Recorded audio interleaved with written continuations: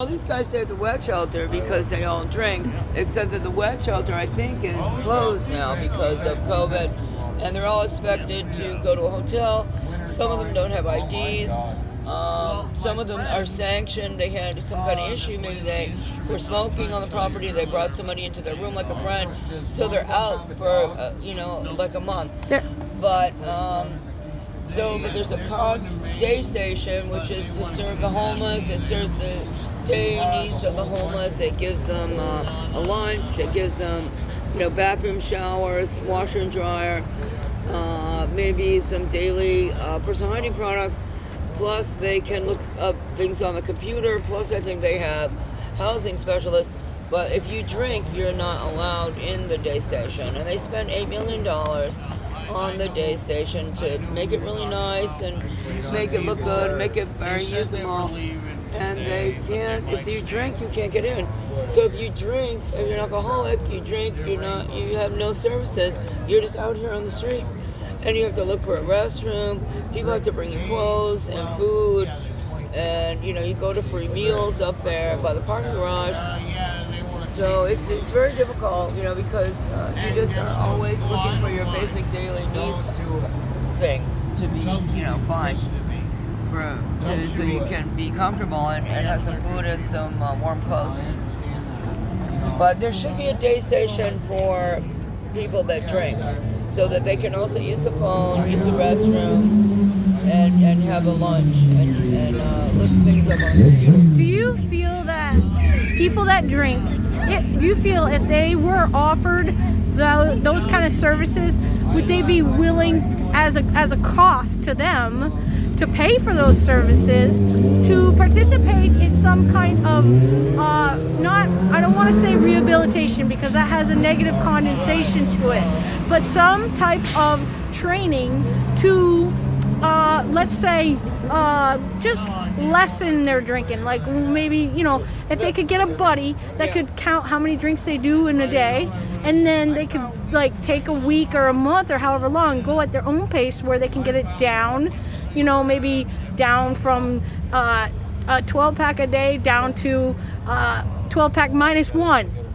right? And then the next month or week or whatever it is that they're comfortable with, to take it down to 12-pack minus two, right? I think that's an excellent idea. I think that you don't hear about that way of looking at it. You always hear either you drink or you don't.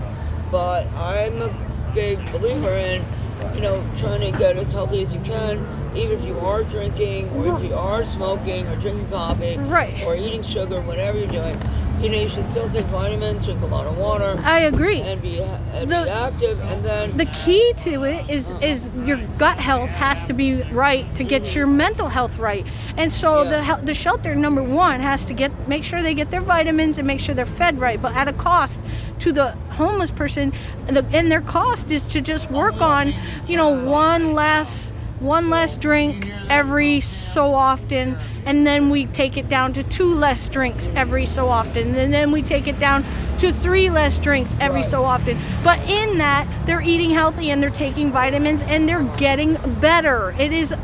I believe that is completely possible. Yeah, I believe that's possible too. And I never hear about anything like that. Like, for example, if you are drinking a 12-pack a day, I never hear anybody say, well, let's work on your diet, let's try to cut out the junk and make sure that you eat more vegetables and better, protein, eating better protein sources like nut crackers and peanut butter. Not that crackers and peanut butter are bad, but the processed peanut butter and stuff. All the things that detach your mind from your stomach, where it keeps you making bad decisions. You have to get your gut health straight to get your mental health straight. I agree with you 110%. You could really start, I think, try to start a volunteer program and see if you can get anybody to come in and talk to them. But it'd be a lot better if you had a day station for people who drink. Right, that's what I want to do. And I want to do a buddy program where a person, and once a homeless person gets to a point where they're down to 2 drinks a day, let's say that, okay, for hypothetical. Once that homeless person is responsible enough and happy with their life, even if it took them 3 years to do it, if they can get to 2 drinks a day, right? then they can be responsible for somebody else and say, okay, buddy, I'm counting. I'm not limiting your drinks yet. You are the one that you're gonna decide when to do one less. You decide when to do one less. Right? All I'm doing is counting, and I'm gonna count. Okay, so today you did 16. Fine, you did 16. Let's just, and did you have a good day? Did everything go the way, you don't have the shakes, you functioned, right? Okay, so 16's your number. Just so, pick an arbitrary number. Every person's different, right? Right. So for one person it's 16, for another person it's 7. Who cares what that number is? Right. But start at a starting point. And then and that buddy stays with that person.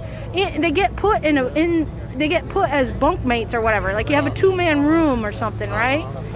And they as long as you can trust the buddy that's down to 2 drinks a day to keep track, you wait till that person says, okay, I'm ready to subtract 1. I'm ready to try it. Let's go a day and let's do 15 instead of 16. And that person sticks with the other person and tells them, you know what? Look at you. You did good. You did good. You did 15. You did 15. You're improving. They need to see that they're improving because nobody's around to tell them they're doing a good job. And that's what needs to happen. It's positive reinforcement. It's like training a dog. It's the same thing. And that's my idea that's what I want to do with the homeless shelter. Well, I think that's a good idea, and I also think that with large groups of people drinking and being homeless, there aren't any people that come out and inspire them and talk to them about how to change their lives. But when you're out here in the cold, it's difficult. You really do need a place where they can at least meet. Sorry about the light. And talk, during the day. But if they had a day station, you could have people come in and talk to them about different ways to change their lifestyle. Yeah, I'm going to stop the video. Hang on.